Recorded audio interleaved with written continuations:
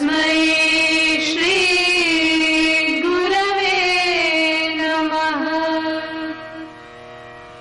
अज्ञानतिमिरान्धस्य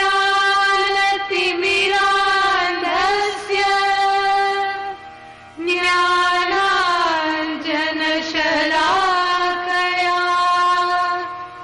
चक्षुरुन्मीलितं येन तस्मै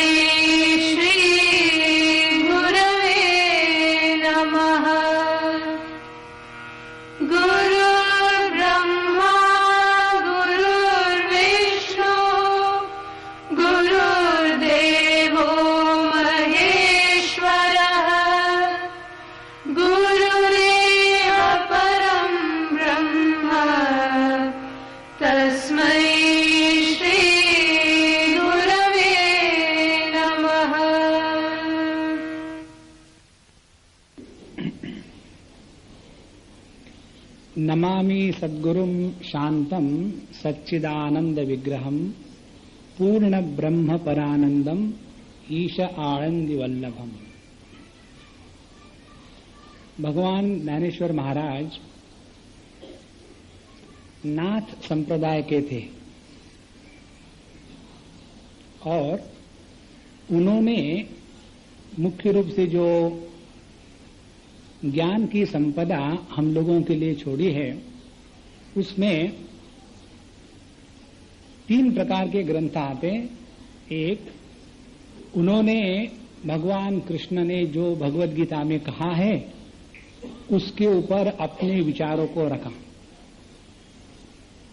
और दूसरे ग्रंथ उनके जो है वो है भगवान का गुणगान गाने के ग्रंथ। तीसरे जो ग्रंथ है जिसमें 2 मुख्य रूप से आते हैं, एक तो है चांगदेव पासष्टी और दूसरा है अमृतानुभव। चांगदेव पासष्टी यह ग्रंथ विशेष प्रकार के अधिकारी को एक विशेष प्रयोजन से दिया गया था। अब ज्ञानेश्वर महाराज ने इतना सब करने के बाद जब उनकी अपनी भगवत गीता पर कमेंट्री तैयार हो गई तो ऐसे क्यों वदंती है कि उन्होंने वो ग्रंथ अपने गुरु महाराज को जब दिखाया, उन्हीं के सामने प्रवचन होते थे, तो उस समय ऐसा कहा जाता है कि उनके गुरु महाराज निवृत्तिनाथ जी उन्होंने कहा कि इसमें तुमने क्या खास बात कही।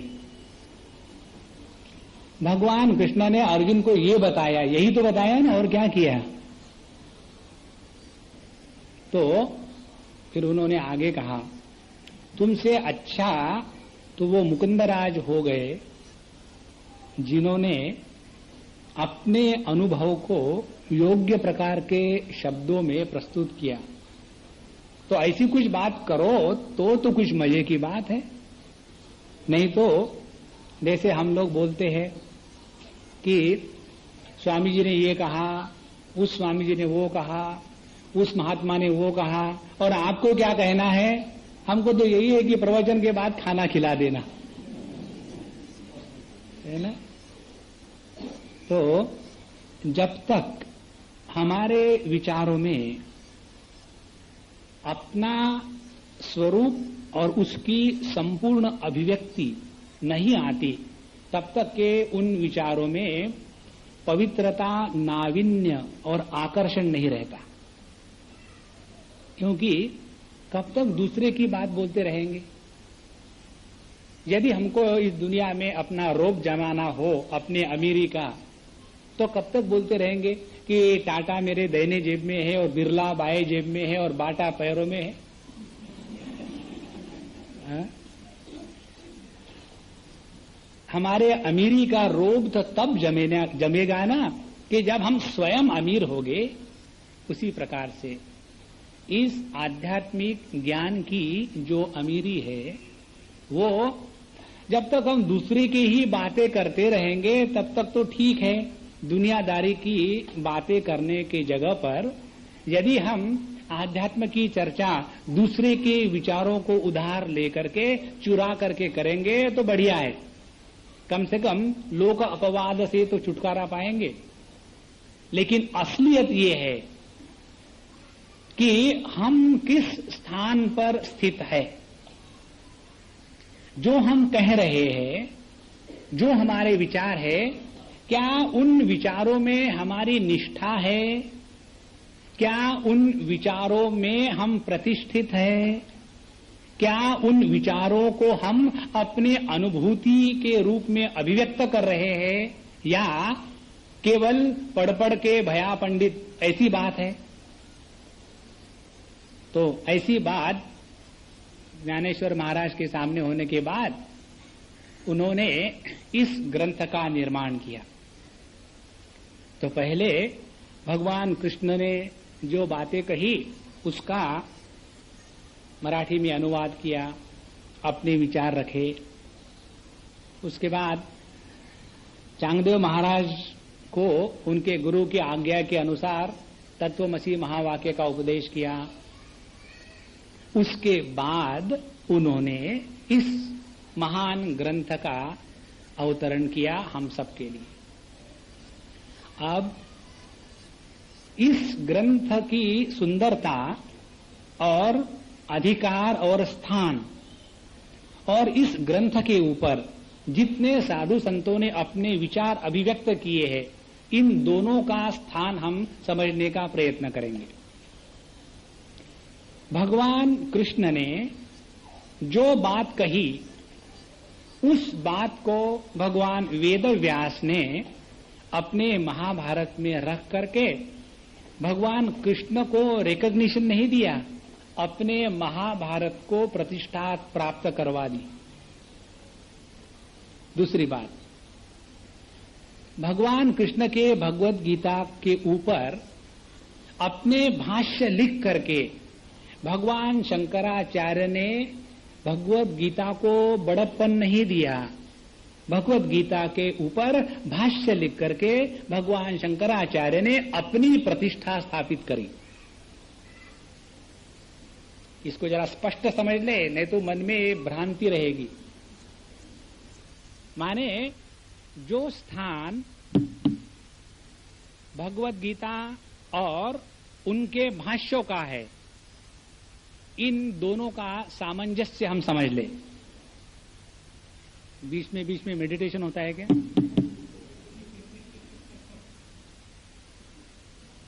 जैसे भगवान कृष्ण ने भगवत गीता में क्या कहा और भगवान कृष्ण ने क्या कहा होगा, इसमें तो अंतर है ना। तो भगवान कृष्ण ने क्या कहा होगा, ये प्रत्येक व्यक्ति अपने विचारों की क्षमता के अनुसार और आवश्यकता के अनुसार बताएगा। जैसे उदाहरण के लिए भगवान कृष्ण ने क्या कहा, इसका यथार्थ निर्णय केवल वही कर सकते हैं, और बाकी हम सब लोग केवल कल्पना कर सकते हैं कि भगवान ने ये इसलिए कहा होगा।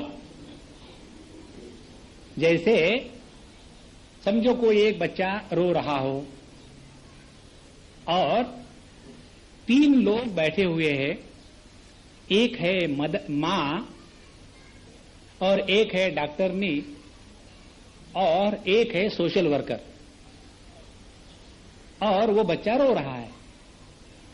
अब वो बच्चा क्यों रो रहा है, इसके ऊपर यदि भाष्य लिखने को बताया जाए तो मां कहेगी वो बच्चा इसलिए रो रहा है कि उसको भूख लगी होगी। मां को छोटा बच्चा और बड़ा बच्चा, इनके सब दुखों का एक ही कारण नजर आता है। छोटा बच्चा हो तो उसको भूख लगी है, और बड़ा बच्चा हो तो शादी करा दो। Standardised treatment. तो वो मां कहेगी उस बच्चे के रोते हुए आलाप को सुन करके कि बच्चा भूखा होगा इसलिए रो रहा है। तो उस बच्चे के रोना ओरिजिनैलिटी, भगवत गीता भगवान कृष्ण की अपनी ओरिजिनैलिटी, उसके ऊपर भगवान शंकराचार्य का भाष्य जैसे उस मां का उस बच्चे के रोने पर का भाष्य है कि वो बच्चा भूखा होगा इसलिए रो रहा है। फिर डॉक्टरी को बतावे जाए कि भैया बताओ ये बच्चा क्यों रो रहा होगा, तो doctors can never think of health, है ना। जहां दिमाग में डॉक्टरी गई तो केवल रोग ही रोग नजर आएंगे, लोग भी नहीं नजर आते, रोग ही नजर आते। तो वो डॉक्टरनी क्या कहेगी, शायद इसके पेट में कुछ वर्म्स हो गए होंगे, ये बच्चे के पेट में वर्म्स ही होंगे, वहां हाथ ही थोड़े होंगे, तो इसीलिए वो शायद रो रहा होगा। तो बच्चे के रोने के ऊपर दूसरा भाष्य, पहला भाष्य वात्सल्य के प्रभाव में कलुषित होकर के निकला हुआ, दूसरा भाष्य डॉक्टरी के ज्ञान के कारण कलुषित होकर के निकला हुआ भाष्य, तीसरा भाष्य सोशल वर्कर। सोशल वर्कर वो होते हैं कि जो छोटी सी बात को बड़ा हौला बना देते हैं, उनको कहते हैं सोशल वर्कर। तो जब वो बच्चे को रोता हुए देखेगी वो सोशल वर्करिन, अब पता नहीं उसका क्या स्त्रीलिंग बनावे, तो वो कहेगी कि हमारे देश में, जहां हमारा देश आ गया समझ लो सोशल वर्कर पहुंच गए। हमारे देश में आज ऐसी स्थिति है कि बच्चे भूखे हैं और कोई उसकी तरफ देखता नहीं, और मैं देख करके केवल कमेंट्री करती हूं, करती मैं भी कुछ नहीं।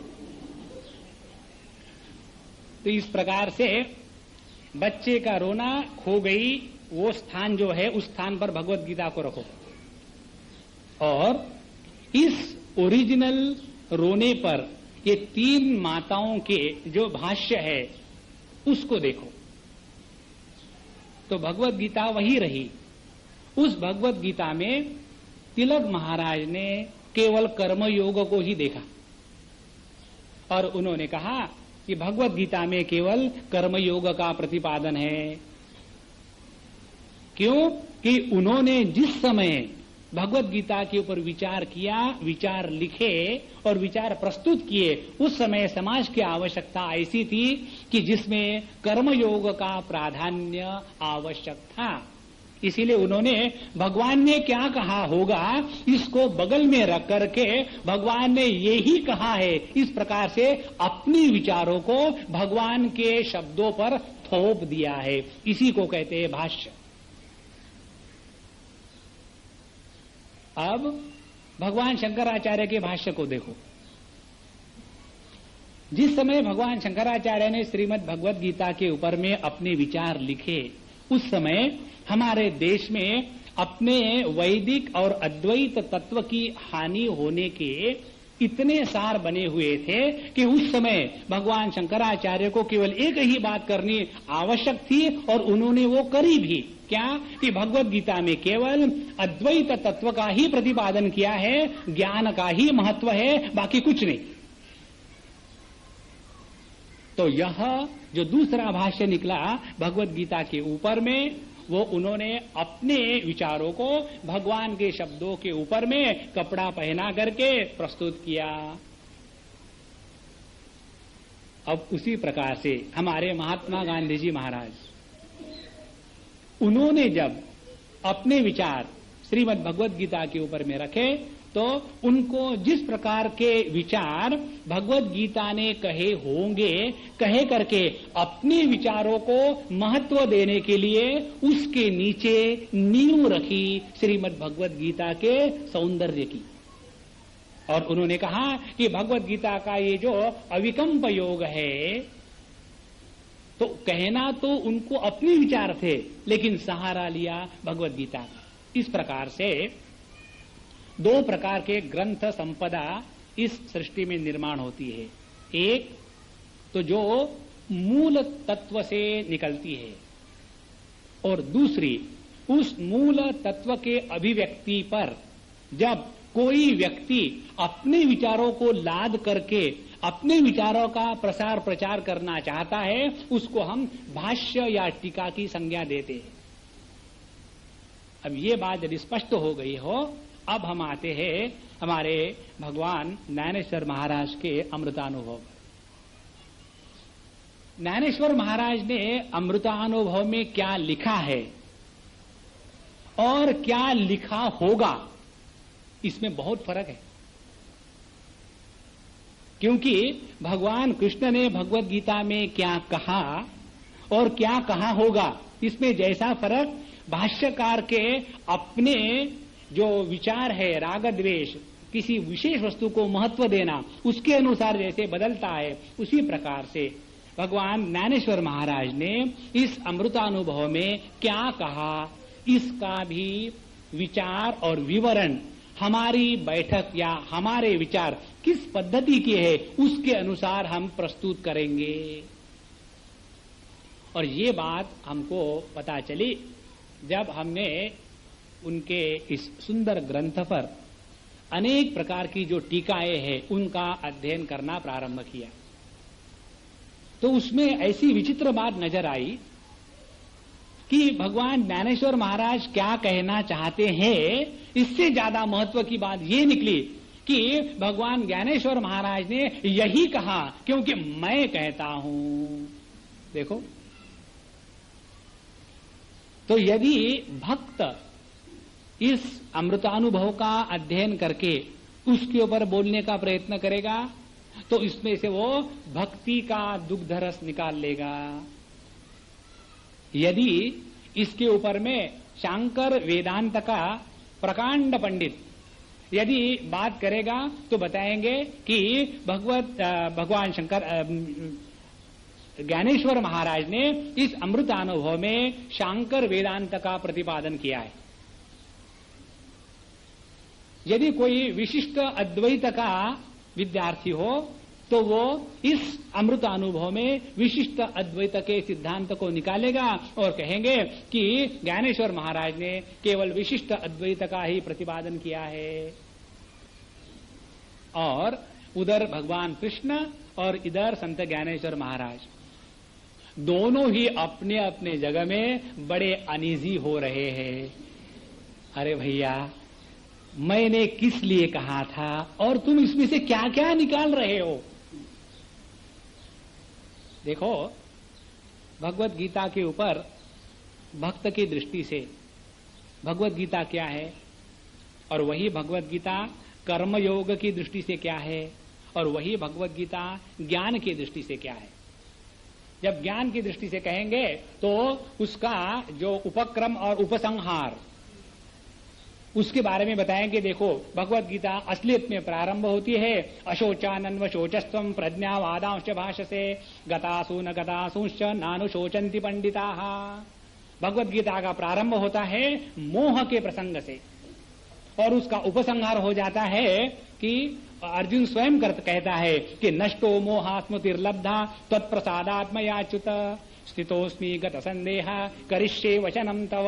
और इसीलिए पूरी भगवत गीता में मोह निवारण करने के लिए केवल ज्ञान का ही प्रतिपादन किया है। हो गया ज्ञान के बारे में मन में ज्यादा दुराग्रह होने के बाद भगवत गीता से हम केवल ज्ञान ही निकालेंगे। और यदि हमारे मन में कर्मयोग का दुराग्रह होगा तो हम कहेंगे कि देखो, भगवान ने कहा है स्वधर्मे निधनम श्रेयः परधर्मो भयावहः। इस प्रकार से हमको जो चाहिए वो हम उस भगवत गीता से निकालेंगे और उसका प्रतिपादन करेंगे। और यदि भगत होगा तो कहेगा देखो, भगवान ने क्या कहा है कि वो भक्त मुझे सबसे ज्यादा प्यारा है। श्रद्धावान भजते यो माम, जो श्रद्धा से भक्ति से मेरा भजन करता है वही सबसे ज्यादा प्यारा है। और हमारे इस दुनिया में आने का मूल तात्पर्य क्या है कि भगवान के मन में हमारे बारे में प्यार निर्माण हो। जैसे हमारा बड़ों के प्रति क्या कर्तव्य बनता है कि बड़ों को हमको देख करके आनंद आए, दुखी ना हो। इस प्रकार से प्रत्येक व्यक्ति जो अपने को चाहिए वही चीज उस भगवत गीता माता से निकालता है। और यही शास्त्रों के वचनों की सुंदरता और श्रेष्ठता होती है। ये कमी नहीं है, ये श्रेष्ठता है। अब अमृतानुभव में ज्ञानेश्वर महाराज ने क्या कहा, इसके अनेक प्रकार के ग्रंथ उपलब्ध है। हम उन सभी ग्रंथों का जहां जहां आवश्यकता होगी वहां वहां विचार करेंगे। लेकिन यदि मूल तत्व से देखा जाए कि भगवान ज्ञानेश्वर महाराज नाथ संप्रदाय के थे, अब उनका जो वारकरी संप्रदाय है, उस वारकरी संप्रदाय में शाक्त भी है, वैष्णव भी है, शैव भी है, योगी भी है और पॉलिटिशियंस भी है। तो उनका जो वारकरी संप्रदाय है उसमें उन्होंने सबको अपनाया है। फिर भी उनकी जो निष्ठा है वो निष्ठा है अपने गुरु शिष्य की जो परंपरा है, उस गुरु शिष्य की परंपरा के अनुसार ही भगवान ज्ञानेश्वर महाराज की निष्ठा है। भगवान ज्ञानेश्वर महाराज नाथ संप्रदाय के होने के कारण योग मार्ग का ही अवलंबन उन्होंने अपने जीवन में किया और योग मार्ग का ही प्रतिपादन उन्होंने अमृतानुभव में किया है। यदि हम शांकर सिद्धांत को या विशिष्ट अद्वैत को या द्वैत को या भक्ति सिद्धांत को खींच खाच करके वहां फिट करने का प्रयत्न करेंगे तो हो जाएगा कुछ ना कुछ। ऐसा है ना कि किसी भी पेड़ की कोई भी मूली लेकर के उसको किसी के भी साथ रगड़ करके मिक्स करके किसी को भी किसी भी प्रकार के बीमारी पर दे देने के बाद कुछ ना कुछ तो होगा ही। उसी प्रकार से यदि हम उनके अमृतानुभव पर अपने भिन्न सिद्धांतों को मोड़ तोड़ करके रगड़ करके उनको ला देंगे तो कुछ ना कुछ तो निकलेगा ही। लेकिन जो सिद्धांत उन्होंने प्रतिपादन किया है अपने गुरु शिष्य परंपरा के अनुसार, उसको उसी दृष्टि से यदि हम देखने का प्रयत्न करेंगे तब कहीं हमको उन्होंने जो कहा है वह स्वीकार होगा। और एक बहुत आवश्यक बात, वो बात ये है, आज हम हमारे क्लास में सुबह उपदेश सार का प्रारंभ हुआ तो उसमें ये विचार आया, हम आपके सामने रखते हैं। अध्ययन करते समय जो अनेक प्रतिबंध आते हैं उसमें एक प्रतिबंध होता है हम स्वयं। बाकी के प्रतिबंधों को तो हम हटा सकते हैं, लेकिन स्वयं को कैसा हटाएंगे? तो हम ही अपने ज्ञान प्राप्ति में किस प्रकार से रोड़ा डालते हैं इसको समझ लें। जब हम किसी भी ग्रंथ का अध्ययन कर रहे हो और यदि हमारे सामने वो ग्रंथ किसी की उसके ऊपर कमेंट्री हो, जैसे भगवत गीता या उपनिषद, और हम पहले ही प्रिपेयर करके आते हैं, पहले ही पढ़ करके आवे कि इस अध्याय में ये 4-6 श्लोक शायद हो गए तो इसमें भगवान ने क्या कहा होगा, तो हम पढ़ के आते। तो हम क्या करते हैं, भगवान ने जो कहा होगा तो क्या कहा होगा इसकी कल्पना जिस महात्मा ने करी होगी उस कल्पना को हम पढ़ के आते हैं। भगवान ने क्या कहा ये पढ़ के थोड़ी आते हैं, क्योंकि हमने भगवान के जो मूल शब्द है उसके ऊपर किसी की टीका या किसी का भाष्य ही तो पढ़ा है। तो हमने क्या किया, हमने अपने मन में, हमने अपने बुद्धि में एक बायसनेस, एक विशेष प्रकार की विचारधारा स्वयं अध्यारोपित कर दी है। अब जब हम किसी महात्मा को उसी ग्रंथ पर जब सुनने जाएंगे तो हमारे मन में क्या विचार चलेंगे कि इस ग्रंथ के ऊपर में उस महात्मा ने तो वो कहा था और वो महात्मा तो इसके गुरु है, लेकिन ये तो अपने गुरु की एक भी बात नहीं कह रहा। और जो बातें कही जा रही है उसकी तरफ हमारा ध्यान नहीं जाएगा, हमारा ध्यान जाएगा हमारे अंदर जो ऑलरेडी ज्ञान है उस ज्ञान को, बाहर से जो हमको ज्ञान मिल रहा है उसके साथ हम तालमेल करने में लगेंगे। जैसे प्रूफ रीडर होता है, वो उसमें क्या लिखा है उसका कोई महत्व नहीं है, विचारों का महत्व नहीं है, महत्व है ये स्पेलिंग मिस्टेक है या ये ह्रस्व मात्रा है या दीर्घ मात्रा है। उसी प्रकार से यदि हम किसी भी ग्रंथ को सुनना समझना चाहते हैं तो सबसे आवश्यक बात यह है कि हमारे मन में किसी भी प्रकार का दुराग्रह या पूर्व चिंतन इनका संपूर्ण अभाव होना चाहिए। यदि हमारे मन में किसी भी ग्रंथ को लेकर के कुछ विचारधारा ऑलरेडी बनी हुई है तो उस विचारधारा के कारण शुद्ध ज्ञान की प्राप्ति हमको कभी नहीं हो सकती। एक बार हम कहीं जा रहे थे और जहां जाते थे लेक्चर देने के लिए वहां एक बोर्ड लगा हुआ था बगल के घर में। कोई तो भी संगीत विद्यालय था और जब हम जा रहे थे तो हमने वो बोर्ड पढ़ा। उसमें लिखा हुआ था भिन्न भिन्न संगीत के जो वाद्य है उनको पढ़ाने के फीस कितनी है। तो तबले के बारे में लिखा था। तबला जिसको पहले से कुछ आता हो ऐसे के लिए कितनी फीस, और जिसको बिल्कुल नहीं कुछ आता हो ऐसे के लिए कितनी फीस। तो उसमें लिखा हुआ था कि जिसको पहले से थोड़ा बहुत आता है उसके लिए फीस है 100 रुपया एक हफ्ते का। और दूसरा कॉलम बी, जिसको तबले के बारे में कुछ भी मालूम नहीं है उसको 10 रुपया एक महीने का। जब मैंने ये पढ़ा तो सोचा कि कुछ तो गड़बड़ी जरूर है। उतने में वो संगीत शिक्षक बाहर आ गए। तो हमने कहा कि महात्मा जी हमको कुछ संशय आया मन में, ये जो लिखा है कुछ गलती तो नहीं करी पेंटर ने। बोले नहीं जी गलती विलती कुछ नहीं, मैं इसके बारे में एकदम स्पष्ट हूं। स्पष्ट या अस्पष्ट? उत्तर प्रदेश में स्पष्ट को अस्पष्ट और पंजाब में स्पष्ट कहते हैं। तो इसके बारे में मैं एकदम स्पष्ट हूं। कैसे स्पष्ट हो? बोले देखो, जो व्यक्ति कुछ भी नहीं जानता कि तबला किसको कहते हैं, क्या हमको किसी का सर ठोकना पड़ता है या तबला नाम की कोई चीज है, ऐसा जो व्यक्ति है उसको जो बताओ फटाफट सीख लेता है। और जिसको कुछ आता है ऑलरेडी और उसको आता जाता कुछ नहीं, लेकिन ऐसे लगता है कि मुझे आता है, ये जो लगने वाले होते हैं ना बड़े डेंजरस।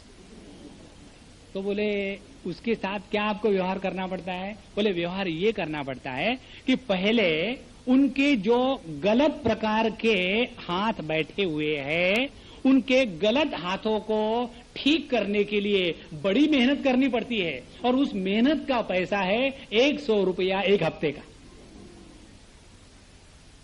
उसी प्रकार से यदि हम किसी भी ग्रंथ का अध्ययन करते समय अपने मन में अनेक प्रकार के दुराग्रह और पूर्व बनाई हुई जो विचारधारा है उसको लेकर के यदि जाएंगे तो हम उस ग्रंथ का अध्ययन पूर्णता से और स्पष्टता से नहीं कर सकेंगे।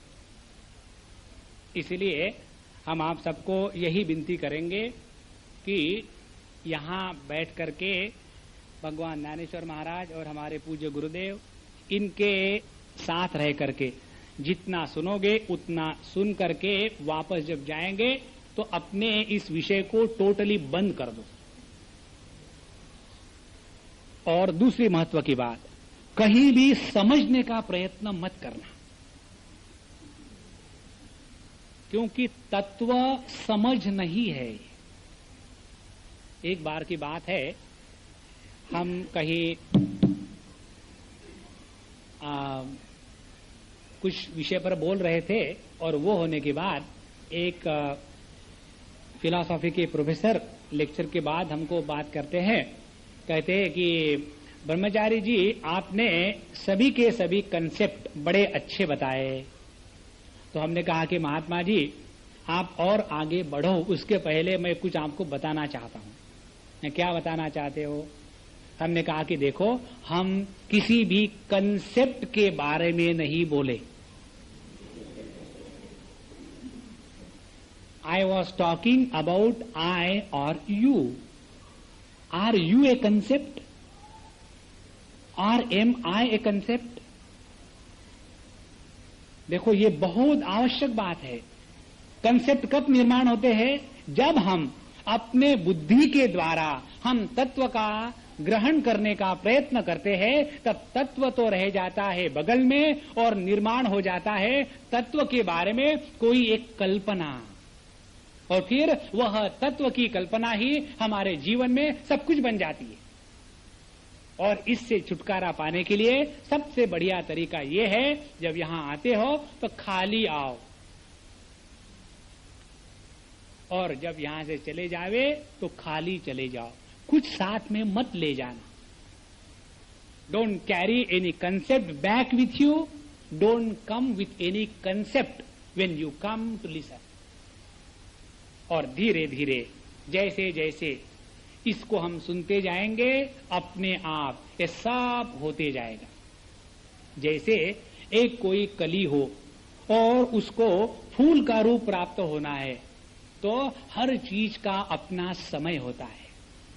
हर चीज के खुलने की जो गति है, उसी गति में खुलना चाहिए, तब कहीं जाकर के ज्ञान ज्ञान के रूप में प्राप्त होगा। अन्यथा ज्ञान जब हमको किसी कंसेप्ट के रूप में प्राप्त होता है, तो conceptual knowledge is nothing other than ignorance, because concept have a NAAC of constant changing.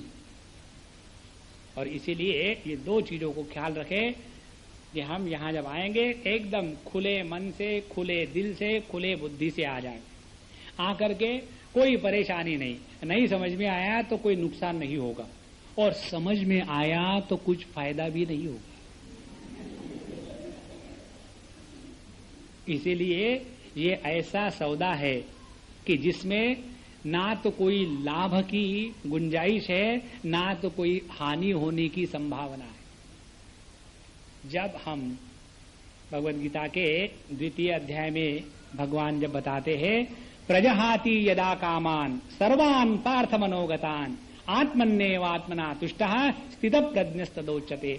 हमारी प्रज्ञा तब स्थित हो जाती है कि जब हमारे बुद्धि में से लाभ और हानि, ये गणित हमेशा के लिए निकल जाता है।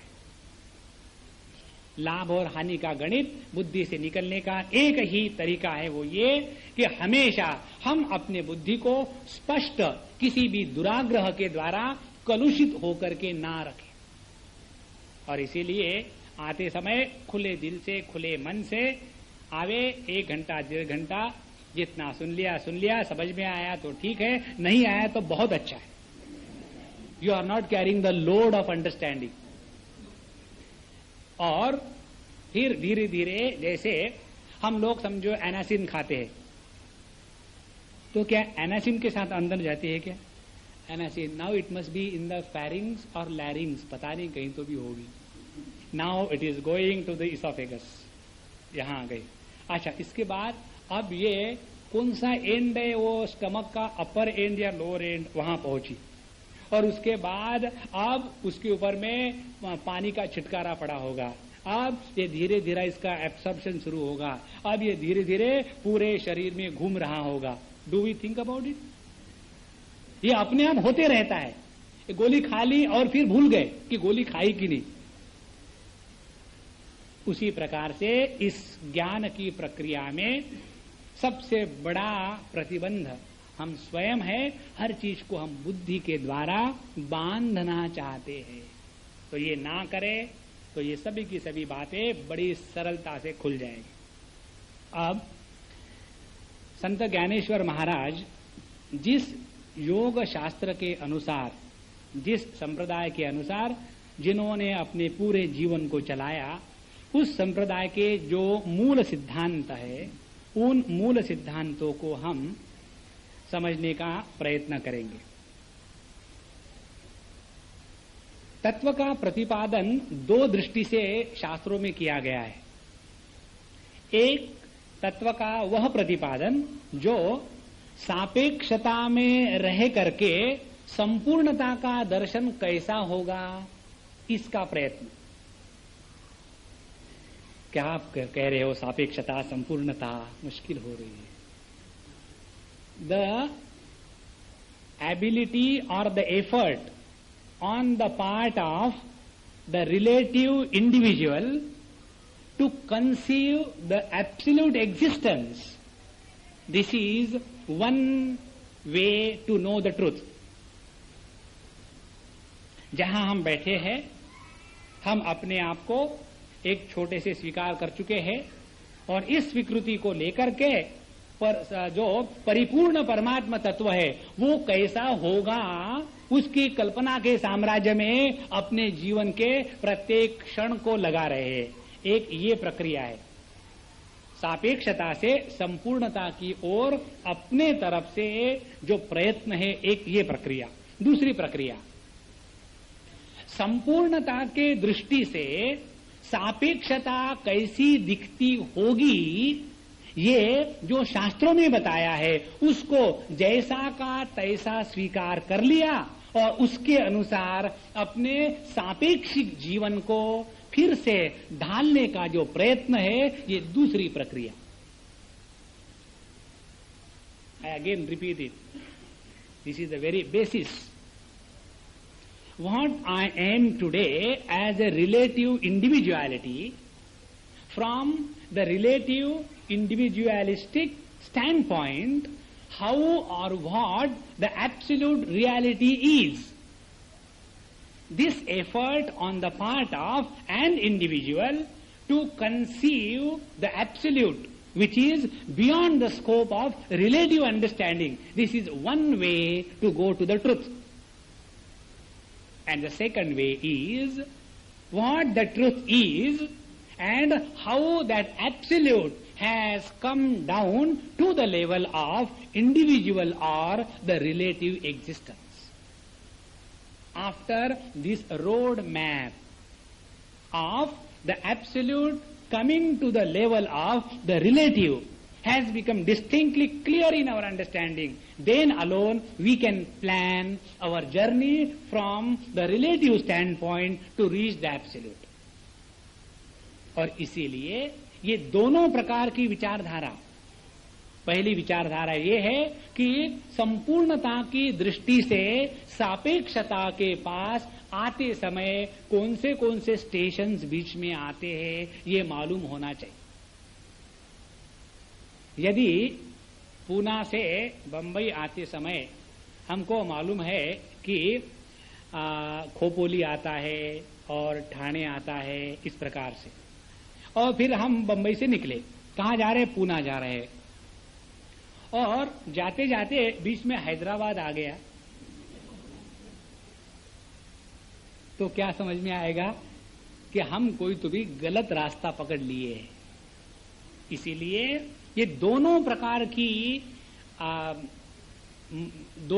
की जो इंफॉर्मेशन है, ज्ञान है, उनका होना आवश्यक है कि हम यदि परमात्मा के तरफ से जो संपूर्ण है, हम अपने जीवत्व की तरफ जो अपूर्ण है उसके पास आते, तो बीच में कौन से स्टेशन आते हैं. ये ज्ञान जब पक्का हो जाएगा, उसके बाद जो मैं जीव, जो मैं व्यक्ति हूं, यह व्यक्ति जब साधना करेगा तो उसको वही स्टेशंस आते हैं कि नहीं आते. इस प्रकार से हम ये समझेंगे कि हमारी साधना योग्य प्रकार से जा रही है या किसी गलत रास्ते को हमने रॉन्ग टर्न ले लिया है. इसलिए पहले हम योग शास्त्र की दृष्टि से तत्व का प्रतिपादन किस प्रकार से है उसको समझ लें. इस विषय को बताने के पूर्व हम एक चेतावनी देना चाहते हैं. वो चेतावनी ये है कि अपने मन में दुराग्रह किसी भी प्रक्रिया का या किसी भी संप्रदाय का नहीं होना चाहिए. जिस व्यक्ति के मन में किसी भी प्रक्रिया, किसी भी संप्रदाय और किसी भी व्यक्ति विशेष को लेकर के दुराग्रह होगा, वह व्यक्ति परमात्मा का दर्शन नहीं कर सकेगा. एकदम स्पष्टम हम सबको समझना चाहिए. दूसरी बात, जब हम तत्व के चिंतन में लग जाते हैं तो जैसे मुंडकोपनिषद की श्रुति कहती है, नायमात्मा बलहीनेन लभ्यः, यह आत्म तत्व कायरों को प्राप्त नहीं होता. ये तो उनका मैदान है कि जहां शेर के जैसा लड़ने के लिए कोई तैयार हो जावे। और सबसे बड़ी शक्ति, हिम्मत कब आदमी को आवश्यक पड़ती है कि जब हमने जिस विचार को आज तक के पकड़ के रखा है उस विचार को त्याग करने के लिए हम तैयार है कि नहीं। यदि हम अपने आप को एक कुछ विशेष समझ के बैठे हैं कि मैं बड़ा इंटेलिजेंट हूं और उस इंटेलिजेंस की उपाधि को लेकर के मैं अध्ययन कर रहा हूं या श्रवण कर रहा हूं, और उस अध्ययन और श्रवण करते समय मेरा यह जो व्यक्तित्व है, जिस व्यक्तित्व की मैंने सालों तक पूजा करी है कि मैं बड़ा ज्ञानी हूं, मुझे काफी चीजें आती है, और यहां बैठ करके हमने जिन जिन सिद्धांतों को सत्य समझ करके पकड़ के रखा था, वो एक एक सिद्धांत की जब खिल्ली उड़ाई जाएगी, एक एक सिद्धांत को जब नष्ट किया जाएगा, एक एक आधार को जिसको हमने पकड़ के रखा है उस आधार को आपके हाथ से छीन लिया जाएगा और आपको संपूर्ण निराधार करके छोड़ दिया जाएगा बिना दूसरे किसी आधार को दे करके। तब व्यक्ति को वह शक्ति चाहिए, वह बल चाहिए, और इसीलिए यह आत्म तत्व उन कायरों को प्राप्त नहीं हो सकता कि जो अपनी दृष्टि को, अपने विचार को, अपने अनुभवों को शास्त्र के ज्ञान के अनुसार बदलना नहीं चाहते या बदलने की क्षमता नहीं रखते। ऐसे व्यक्ति को आत्म तत्व का दर्शन नहीं होता। इसीलिए इन दो चीजों को लेकर के बैठे। हमने आज तक जितना कुछ पढ़ा लिखा समझा सोचा है वो अपने जगत ठीक है, और उसी के बदौलत हम आज भगवान ज्ञानेश्वर महाराज के इस अमृतानुभव को सुनने के लिए लायक बने हैं। अब यहां आने के बाद यदि हम पहली ही बातों को पकड़ के रखें, जैसे हमने बचपन में पढ़ा था कि 2 bananas + 3 bananas = 5 bananas, जिसको हमने पकड़ के रखा है, माया, ब्रह्म मिथ्या, जीव मिथ्या है, ये सब निकल जाएगा और फिर पता चलेगा अरे फिर वो सत्य है कि ये सत्य है। अब हम तत्व का चिंतन इस दृष्टि से किस प्रकार से इसके बारे में विचार करेंगे। पहले इसको हम मुख्य रूप से 4 भागों में बांटेंगे। पहला है तत्व का स्वरूप क्या है। दूसरी बात है कि यह तत्व जब अभिव्यक्त होता है तो तत्व की अभिव्यक्ति की प्रक्रिया क्या है। तीसरी बात, इस तत्व की अभिव्यक्ति की प्रक्रिया समझने के बाद इस विचार प्रणाली में बंधन का स्वरूप क्या है। और चौथी बात, इस तत्व के प्रणाली के अनुसार मुक्ति या जीवन मुक्ति, इसका क्या तात्पर्य है ना। बड़ा शब्द का अर्थ जो रसगुल्ले के साथ है और जो आदमी के साथ है बदल गया है ना। शब्द तो वही है, तो इसमें अर्थ क्या निकला? अर्थ ये निकला कि जब जब किसी शब्द को हम विशेषण और विशेष्य के रूप में प्रयोग करेंगे तो विशेषण और विशेष्य इसका भेद रहेगा। और दूसरी बात, विशेषण और विशेष्य एक दूसरे से अलग अलग रहते हैं और एक दूसरे से भिन्न होते हैं। उसी प्रकार से यदि हम ये समझेंगे कि ब्रह्मा नाम की कोई चिड़िया सत्यम भी है, ज्ञानम भी है और अनंतम भी है, और इसीलिए सत्यम ज्ञानम अनंतम ब्रह्म, तो क्या हो गई? 4 बातें, क्योंकि सभी समानाधिकरण्य एक ही विभक्ति में है। इन चारों चीजों को हम स्पष्टता से समझने का प्रयत्न करेंगे। इसको समझने के पहले हम तैत्तिरीय उपनिषद के जो मूल वाक्य है उसको बताएंगे शॉर्ट में। तैत्तिरीय उपनिषद में तत्व का प्रतिपादन होता है सत्यम ज्ञानम अनंतम ब्रह्म,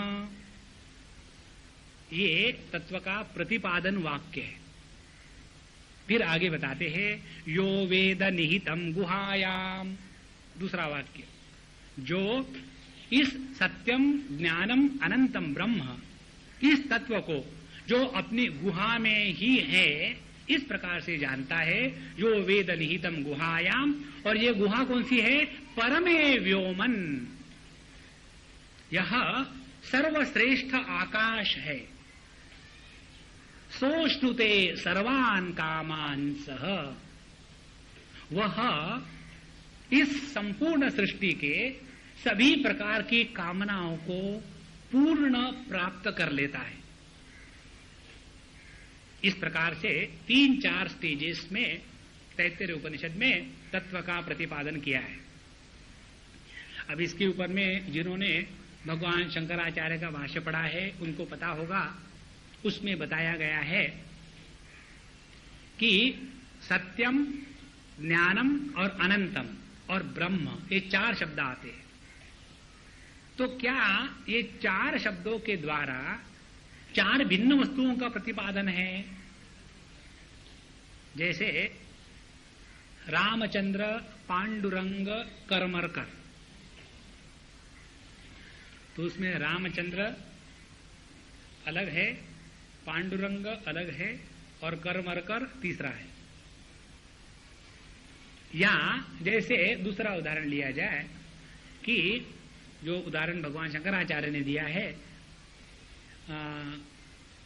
सुगंधित नील कमल,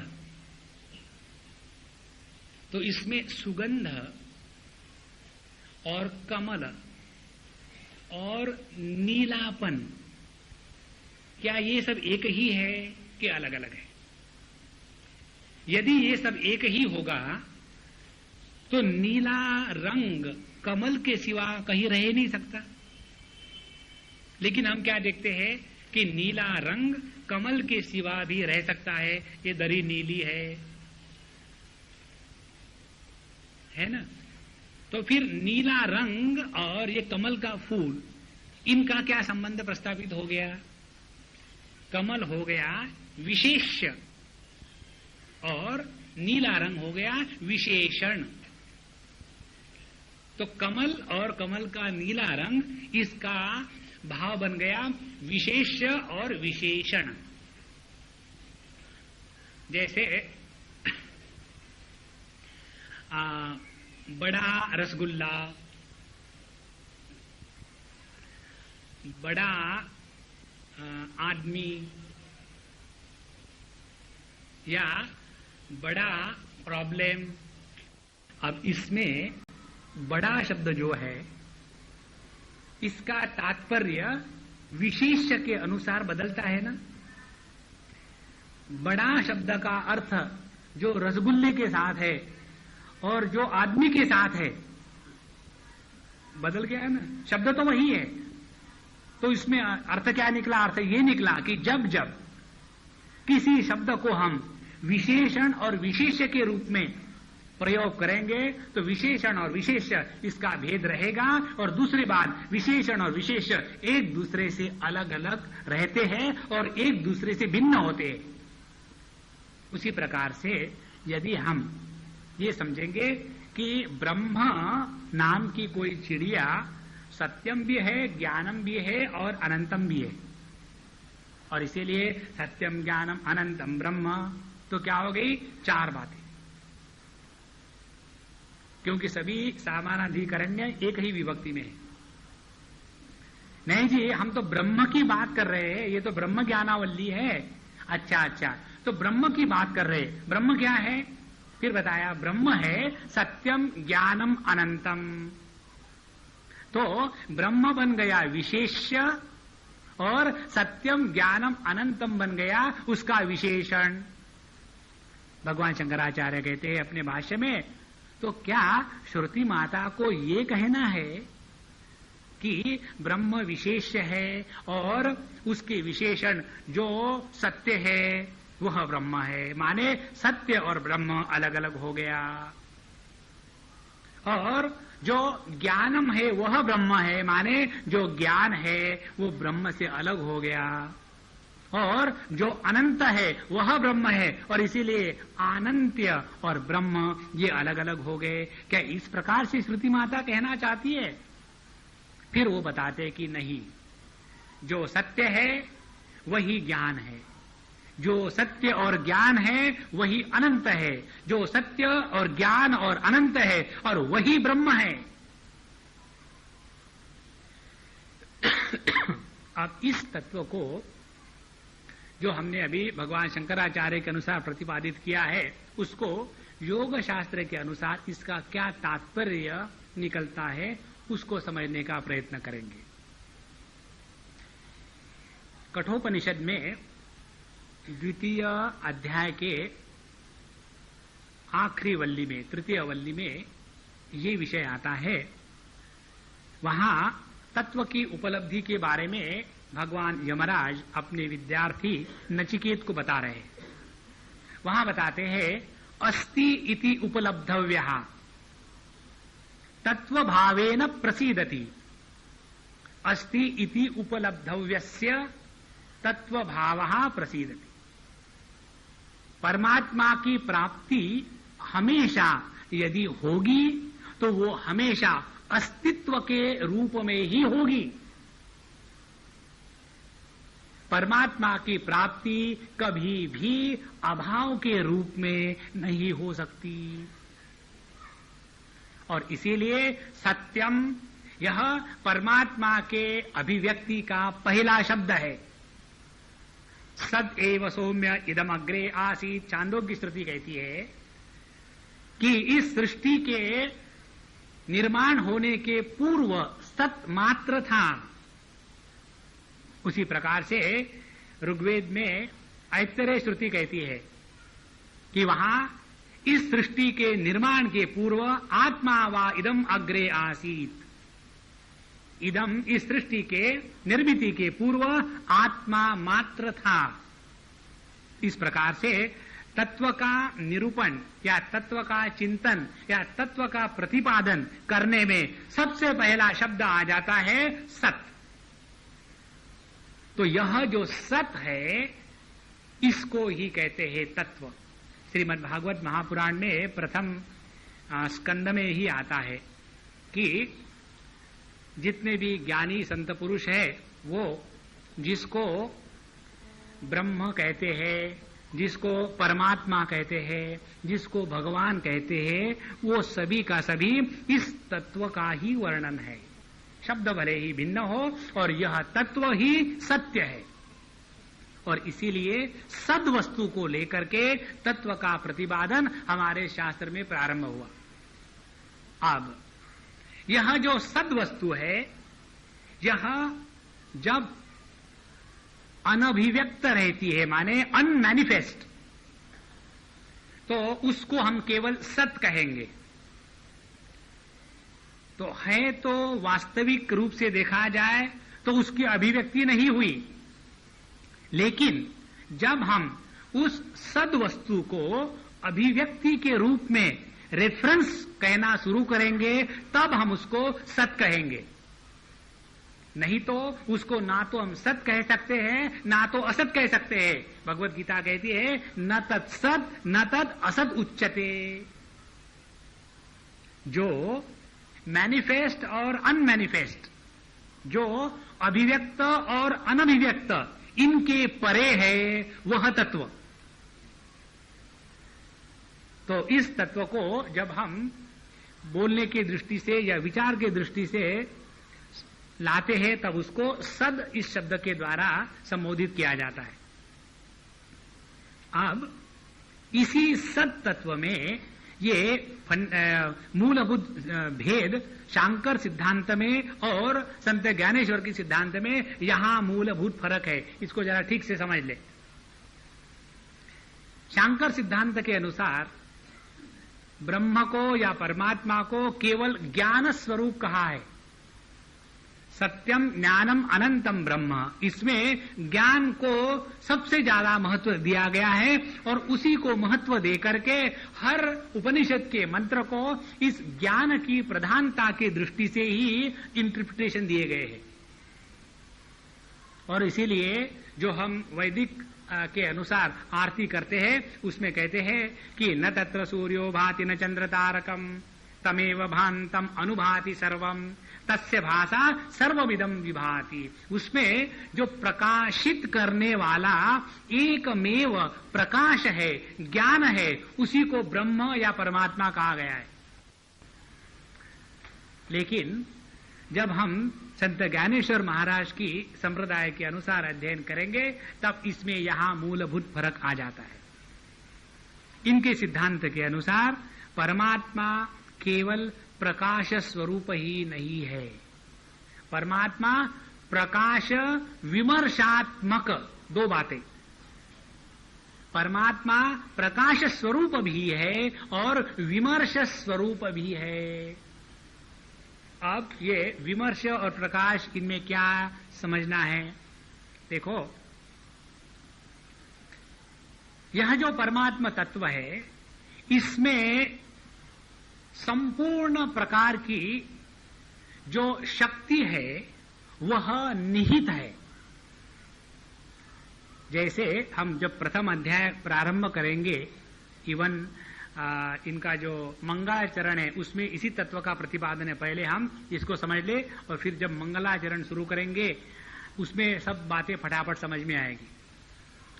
तो उसी परमात्मा तत्व को जब उसमें निहित जो अनंत शक्तियां है, इनफाइनाइट पोटेंशियलिटीज, उस अनंत शक्तियों के संदर्भ में जब हम उस तत्व को प्रतिपादित करते हैं तब उसी तत्व को चित्त कहते हैं।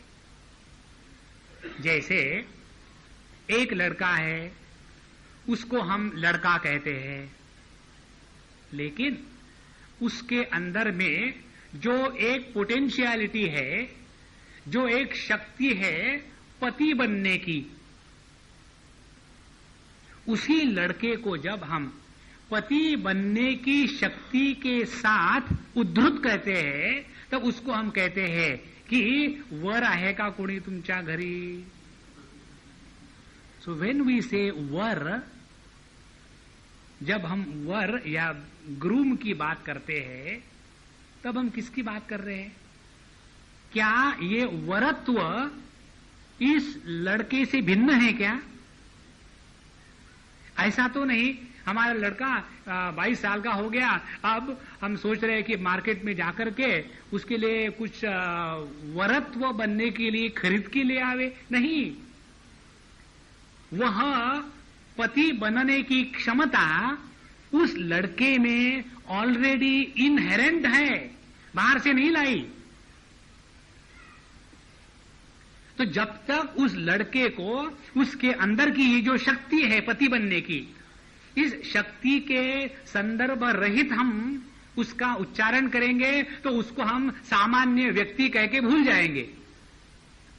लेकिन उसी लड़के को जब उसके अंदर की ये जो इनहेरेंट पोटेंशियलिटी है, यह जो आनुवंशिक शक्ति है, उसको लेकर के जब हम उसकी बात करेंगे तो उसको हम वर कहेंगे. तो क्या वह लड़का और ये वर दो हो गए क्या महाराज? है तो एक ही. तो लड़का वो है जिसके अंदर जो पति बनने की क्षमता है, उसके बारे में अभी हमने चर्चा नहीं करी. और शादी के लिए तैयार वर वो है कि हमने उस लड़के की चर्चा छेड़ी है जिसमें पति बनने की क्षमता है. यदि ये बात स्पष्ट हो गई हो, उसी प्रकार से परमात्मा सद्वस्तु, शुद्ध अस्तित्व, भगवान रमण महर्षि इसी विषय को और इसी सिद्धांत को मानते थे. इसीलिए उनका जो सद्दर्शन है उसमें प्रारंभ उन्होंने सद्वस्तु से ही किया है. उन्होंने चेतना और ज्ञान इसको एकदम बगल में रख दिया है. तो यह जो सद वस्तु है, इस सद वस्तु को जब उस सद वस्तु में निहित जो अनंत शक्तियां है उसके संदर्भ से जब बोला जाता है तब उसी सदवस्तु को चित कहते हैं। देखो कितना सुंदर प्रतिपादन है। अब दो बातें हो गई, एक लड़का और दूसरा वर और ग्रूम। तो ये ग्रूम में या वर में कोई शक्ति होगी ना, तभी तो हम इसको ग्रूम या वर कह रहे हैं। हाँ जी कह रहे हैं। उसमें कौन सी शक्ति है? पति बनने की। तो यह जो पति बनने की शक्ति है, इस शक्ति को शास्त्रों में तैत्तिरीय उपनिषद में तीसरे शब्द के द्वारा प्रतिपादित किया है और वो शब्द है अनंत। अब देखो तीन बातें हो गई। सत्यम, इस सत्य में जो शक्तियां हैं उन शक्तियों को लेकर के जब सत्य का प्रतिपादन करेंगे तब उसी सत्य को हमने चित कहा है। और इस सत्य की जो अनेक शक्तियां जिसके कारण सत्य को हमने चित कहा है, उन अनेक शक्तियों को ही अनंत कहा गया है। This is the fundamental difference in the approach given by Bhagwan Jnaneshwar Maharaj and the other Advaitic thought. आप देखो, शक्ति और शक्तिमान क्या एक दूसरे से भिन्न रह सकते हैं? दूसरी बात, क्या शक्तिमान शक्ति के कब्जे में रहता है कि शक्ति शक्तिमान के कब्जे में रहती है? शक्ति शक्तिमान के कब्जे में रहती है। तीसरी बात, यदि हम शक्ति और शक्तिमान इनको अलग अलग रखेंगे तो क्या आपत्ति आ जाएगी? ये आ जाएगी कि शक्ति जो है शक्तिमान को कंडीशन कर रही है। जैसे मैं और मेरी पत्नी, जब तक हम अलग रहेंगे तब तक के एक दूसरे के ऊपर में बोझा बनेगा, है ना? Whenever there is separateness in the existence of husband and wife, they become problem for each other.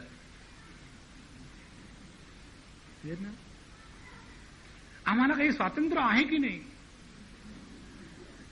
Who demands स्वातंत्र्य? Who demands equality? He or she who imagines that there are two entities called as husband and wife. जहां द्वैत को स्वीकार किया जाएगा वही equality की बात आती है। जहां एकता का प्रतिपादन होता है, जहां एकता का समर्थन होता है, जहां एकता की अनुभूति होती है, वहां इक्वालिटी की बात कभी आ ही नहीं सकती।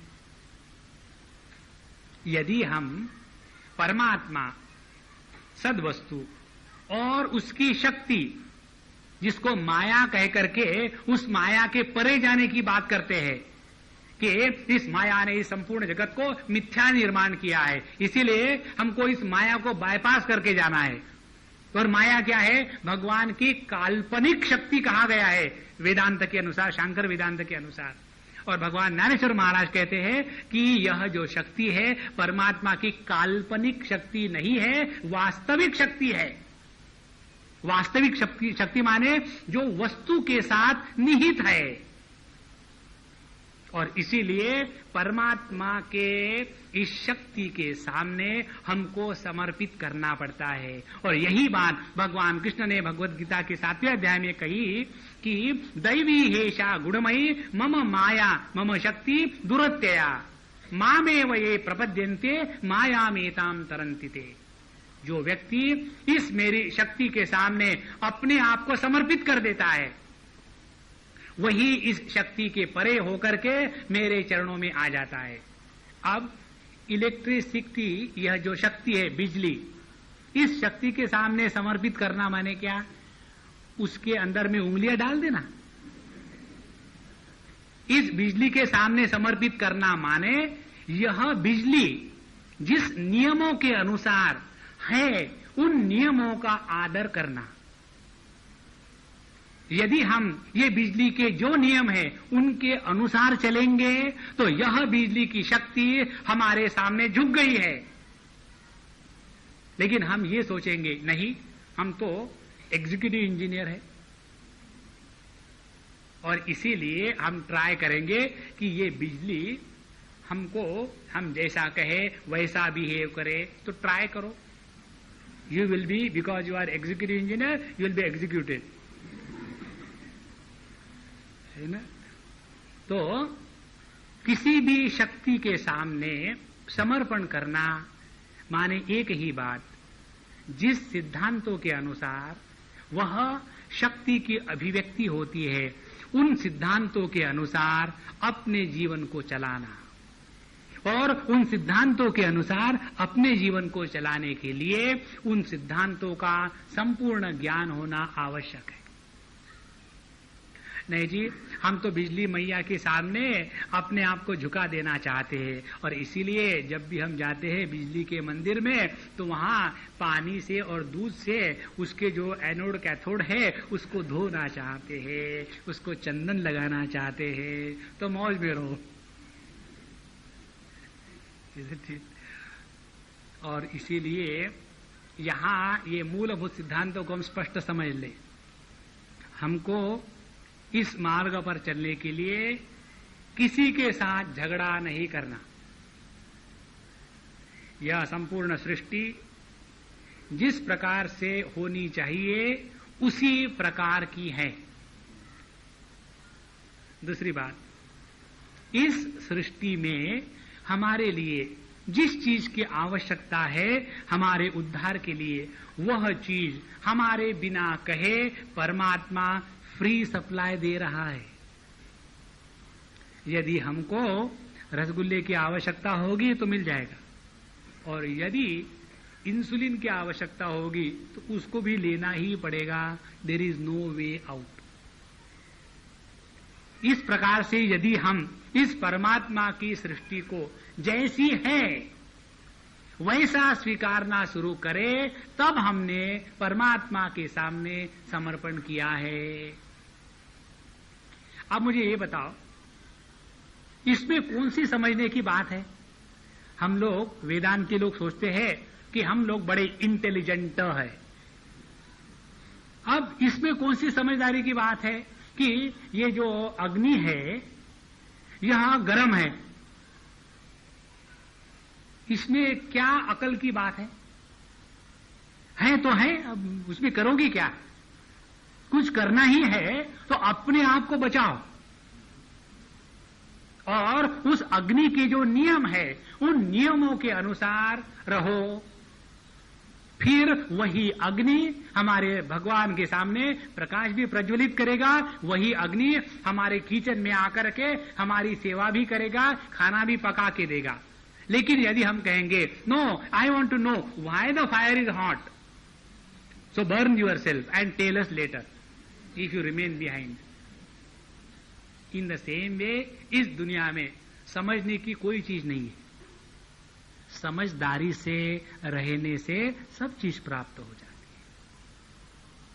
तो पहला जो सिद्धांत इसको समझने के पहले ये है कि यह परमात्मा जैसा है वैसा है।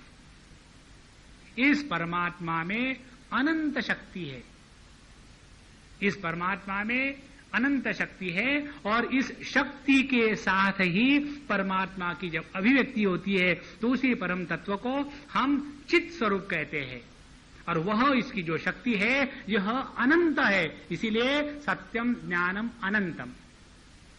एक और भी शब्द आता है परमात्मा के वर्णन में, सच्चित आनंद। तो सबके साथ सत्यम जुड़ जाता है, चित्त के साथ ज्ञान जुड़ जाता है, और आनंद के साथ अनंत कैसा जुड़ेगा भैया?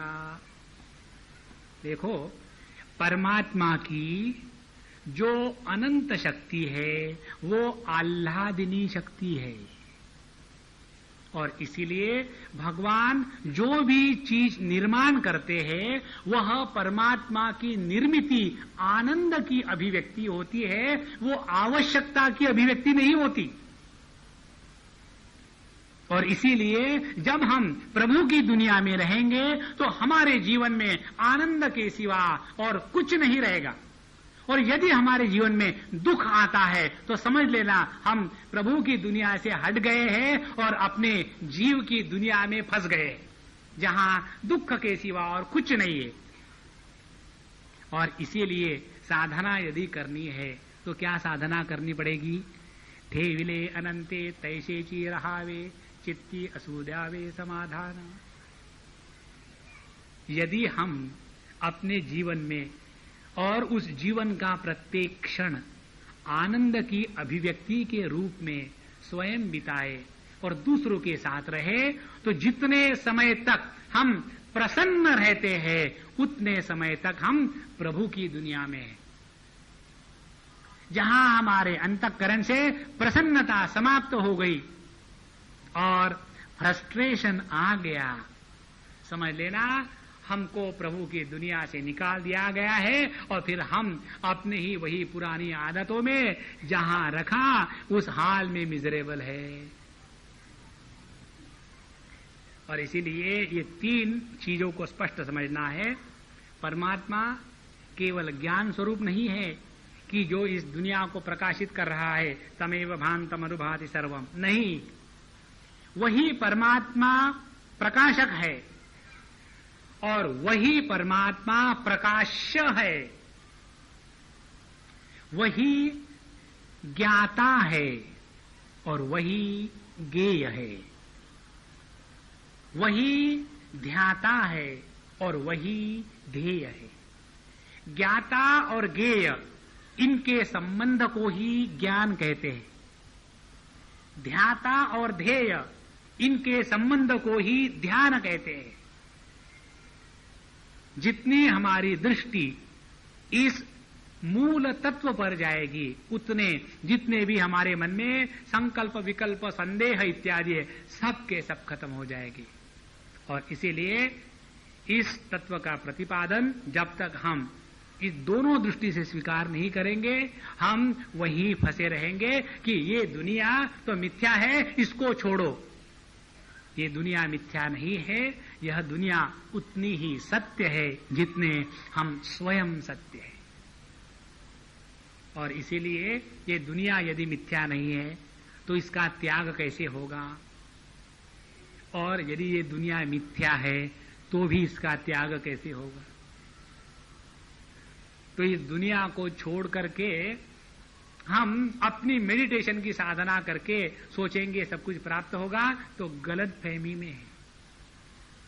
इसीलिए ज्ञानेश्वर महाराज अपने हरिपाठ के अभंग में हमेशा स्पष्ट कहते आए हैं कि हमारी साधना हम जहां हैं वहीं रह करके करेंगे, तब हमारी साधना चल रही है, अन्यथा हमारी साधना की एक्टिंग चल रही है।